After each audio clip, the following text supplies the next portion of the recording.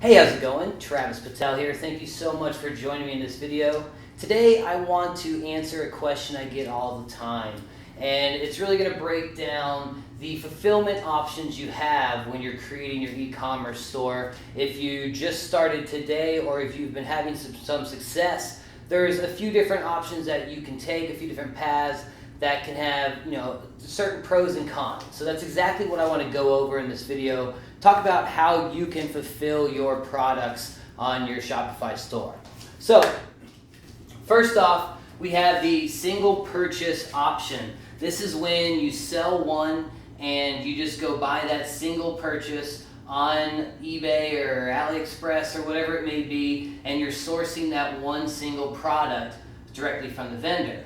Now, this is a great method when you're first starting. This is how you can test a lot of products at once. This is how you can launch new products every day and really expand your horizons, expand the niches you can hit, and the types of products that do well.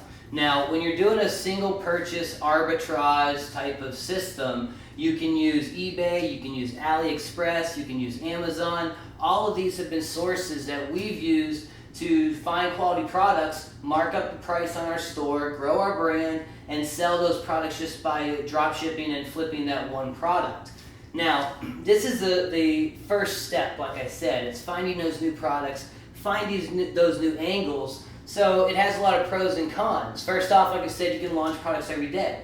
You can reach new angles, you can reach new markets very quickly, see what's working, what's not. Now, another positive of this is it takes very little investment to get started. You don't have to actually buy any of the product until after you've sold it. So this makes it very easy, like I said, to test new markets. Now, the cons of this is you're going to have the worst margins. When you're just buying one off, you're kind of one step away from retail, maybe two steps away from retail, so you're not getting the best possible prices, but you are getting great margins when you mark them up on your store. Now, next off, customer support really becomes a hassle when you're doing this one single purchase process with every one of your orders that come through.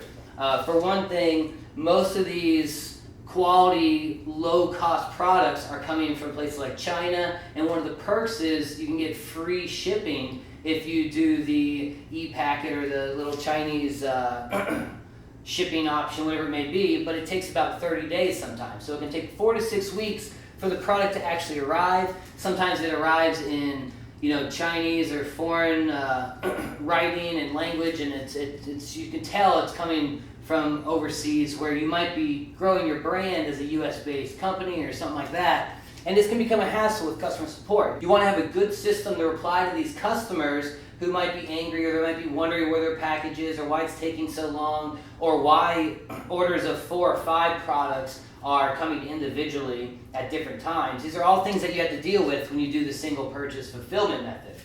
Now, like I said, it's a great way to start, but it's also how we're testing our winners. Once we find something that starts selling, we can move to the other options and start to build that brand, build that business. So our second option we can go with is the mid-sized lots. These are things you're ordering like 30 to 300 units at a time. And you can find these on things like AliExpress. Alibaba is going to be another source, but maybe some on eBay. But Amazon, you're kind of going to stick away from that. It's kind of one step away from retail as well, kind of that middleman. So you're not going to get the bulk packages that well. What you're trying to do in this second option is you're going to start making the relationships with the vendors and the manufacturers so that you can get to the lowest price product point that you can find, and then you can negotiate.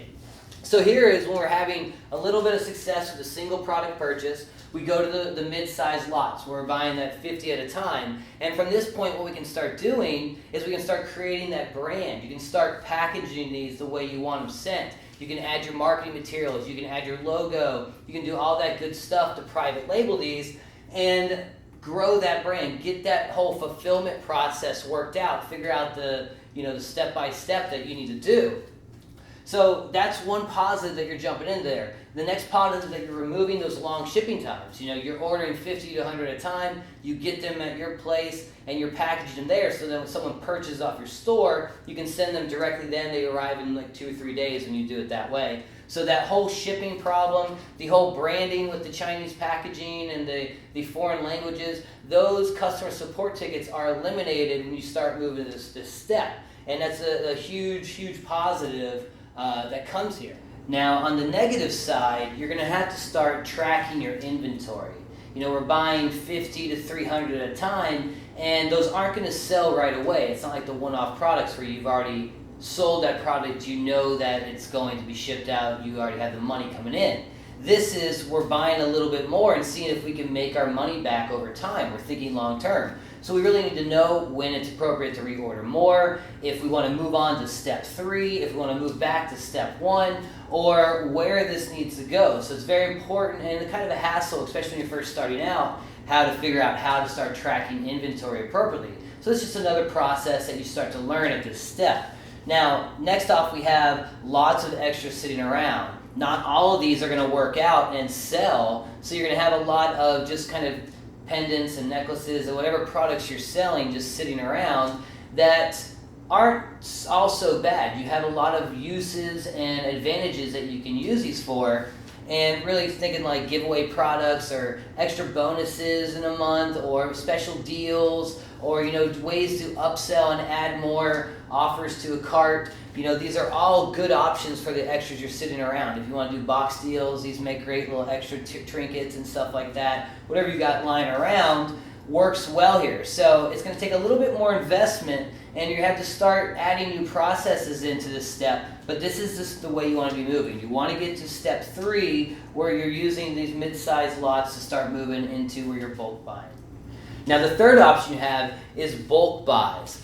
We've tested the product with our single purchases. We know it sells, so we bought a few more, tried it out, started to play with the branding, see if it took off. At this point, if you have something that works, you want to think long term. And that's what the bulk buys come into play here. This is when you're actually going directly to the manufacturer. You started the relationship with the mid-side lots. You see who actually is creating it, who the manufacturer is. Go directly to the source, and you're getting the best possible margins when you start buying a few thousand at a time. Now, when you start doing this, this is when your brand can really take off. This is when you can start having those reoccurring sales, having those sales funnels that are going to work long-term and grow those long-term assets. And like I said, you're going to get those best margins. But when you start bulk buying, you're going to have that investment fund. That's really one of the big cons there, is that, you know, that's why we wait till we've tested 2 options first. And if it works out, then we go into step 3, and we know that investing $5,000 into a large package order is going to pay off over the next 12 months because it's a very popular product. And it's something that we can sell into Amazon, start doing FBA where they're fulfilling it. We get that traffic source of Amazon and the search engine of Amazon coming through, as well as our Facebook ads and our normal branding that we're doing across the board. Now, another problem with bulk buys is you're going to need a place to store it. Usually you're getting lots of boxes when you're bulk buying, so you're going to need a warehouse space or use part of your house, whatever it may be. Depends on your growth and where you're going. But this is really the step you want to get to with your long-term e-commerce businesses, is where you're going to have those bulk buys. You're going to have your products that work time and time again, and you get 4, 5, 10 of these going, and all of a sudden you're making tons every month on these repetitive bulk buys that everyone's purchasing. And then you have the single product launches that you're doing the testing. You have the mid-level that you're seeing which new products you can add. So every quarter, if you can add like 3 to 5 new bulk buys, you can really add that adds up very quickly with your e-commerce stores and the profits you're going to create. So hopefully this helped you guys out. It's the 3 fulfillment options that we're using with our e-commerce stores and kind of the options that you can take with yours. So hope it helped, guys. My name is Travis Patel. If you have any questions or comments, feel free to hit me up. Have a good one.